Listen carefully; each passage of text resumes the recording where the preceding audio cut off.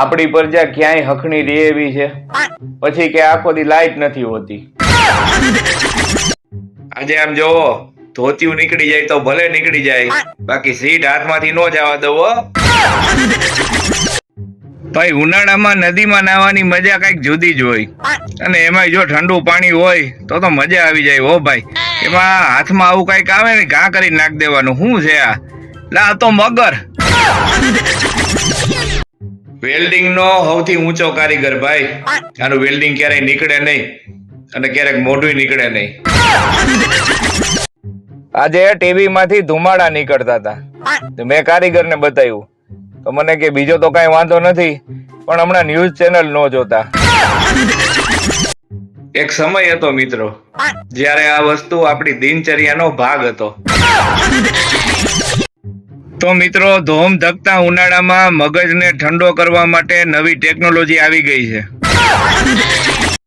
કબડ્ડીનો સૌથી મોટો ખેલાડી હો ભાઈ, એનો જોશ જોવો તમે. હારા ને એની બાજુ ખેંચીને લઈ જાય, પણ હવે નહીં લઈ જાય.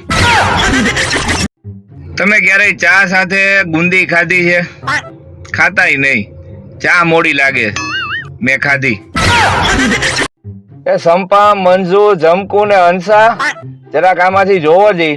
આપણે ભૂલ્યું પડ્યું છે એ આપણા ઘરવાળા સગન, મગન, સવજી ને નાનકો આમાંથી દેખાય છે કે નથી દેખાતા? મારા બાપુજીની હાથ ભાઈ કેટલા?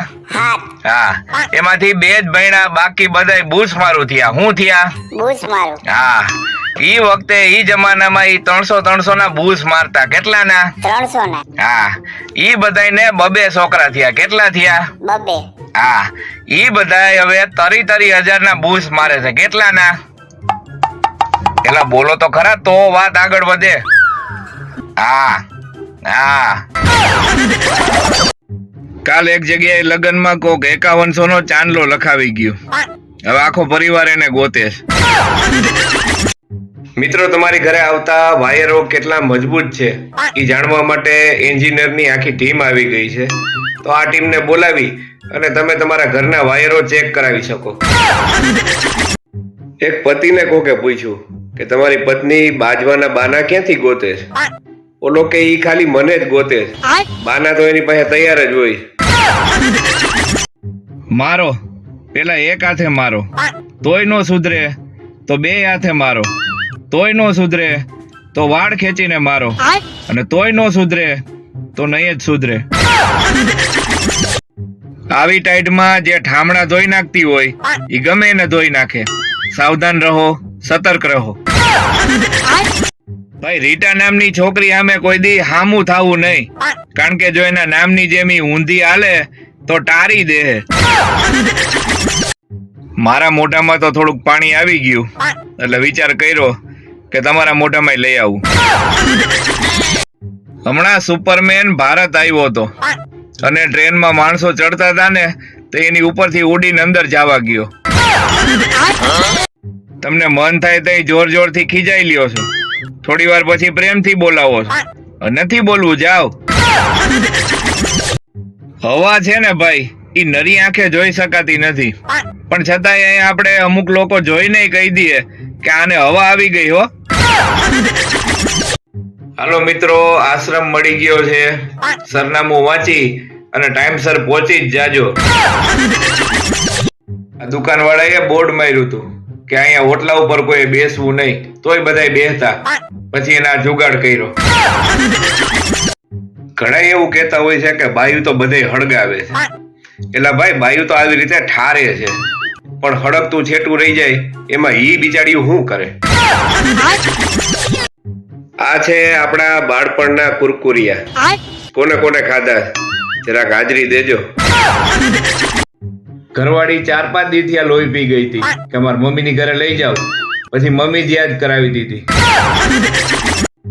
આને કહેવાય, આમ જો, હગ્ગા પતિ પત્ની. ઓ હગ્ગા પતિ પત્ની. મને તો એ નથી સમજાતું કે આ છોકરાએ નાની ઉંમરમાં આટલું બધું જ્ઞાન કેવી રીતે મેળવી લીધું.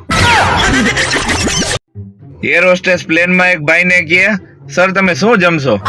ઓલો કે ચૂરમાના લાડવા, દાળ ભાત શાક રોટલી છાશ પાપડ. એર હોસ્ટેસ કે સર તમે પ્લેનમાં છો, ગુજરાતી સમાજની વાડીમાં નહીં. જેની માનસિકતા પૈસા વસૂલ થઈ જવાની હોય ને એ લીંબુને તો હાવ નીચવી નાખે. Ititi tuti, ititi hati, itata tutula pyalita. કહેવાય છે કે એક હાથે દાન કરીને તો બીજા હાથને ખબર ન પડવી જોઈએ, પણ અહીંયા તો જે માણસ પાસેથી દાન લેવાય છે એને પાછું દેવાય. તો મિત્રો, તમારા દાંત વાંકા ચૂકા હોય, અખડ બખડિયા હોય અને સીધા કરવા હોય તો હવે ડોક્ટર પાસે જવાની જરૂર નથી. તમારી આસપાસ કામ કરતા કડિયા કે મિસ્ત્રી પણ તમારા દાંત રિપેર કરી શકે છે.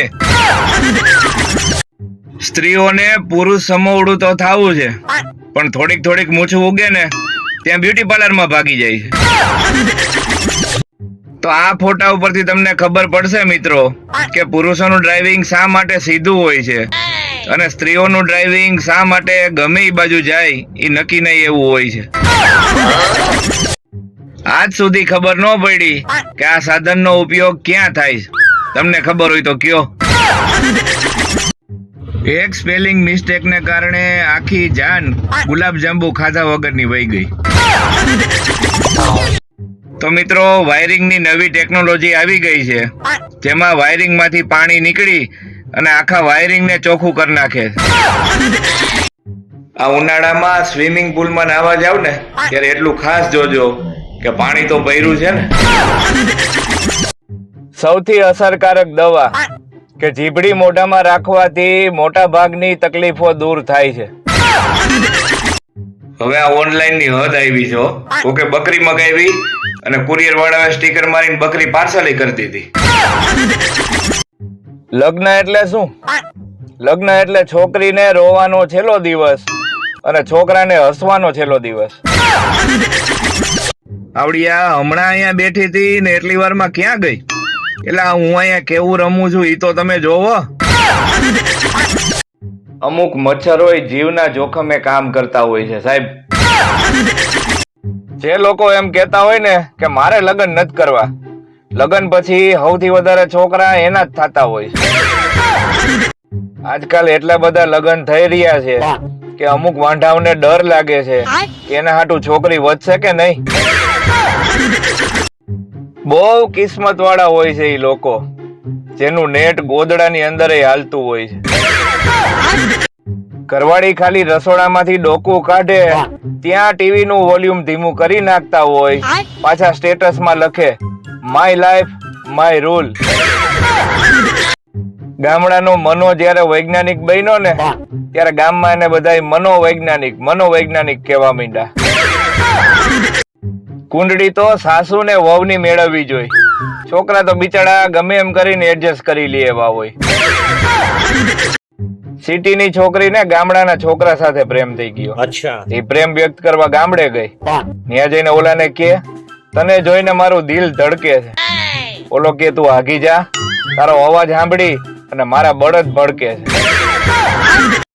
પત્ની પતિને કે તમે જમવામાં બીટ ખાવાનું રાખો, એનાથી લોહી સુધરે. પતિ કે તારે સારી ક્વોલિટી નું લોહી પીવું લાગે છે.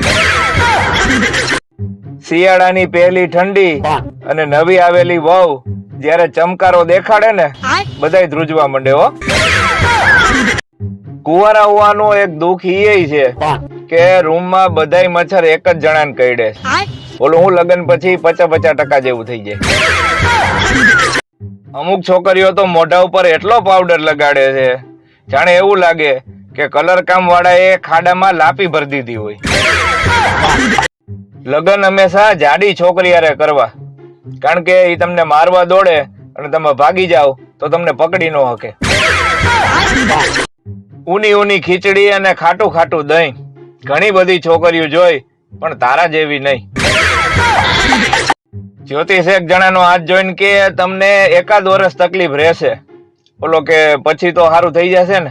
કે ના પછી તો તમે ટેવાઈ જશો.